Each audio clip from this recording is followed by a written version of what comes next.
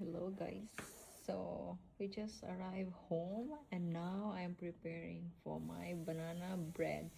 But what I'm gonna use is this Edmond's Moist Chocolate Cake. So I will mix it with my banana and I will add roasted almonds and also this chocolate chips. One is the milk flavor and one is the dark one. So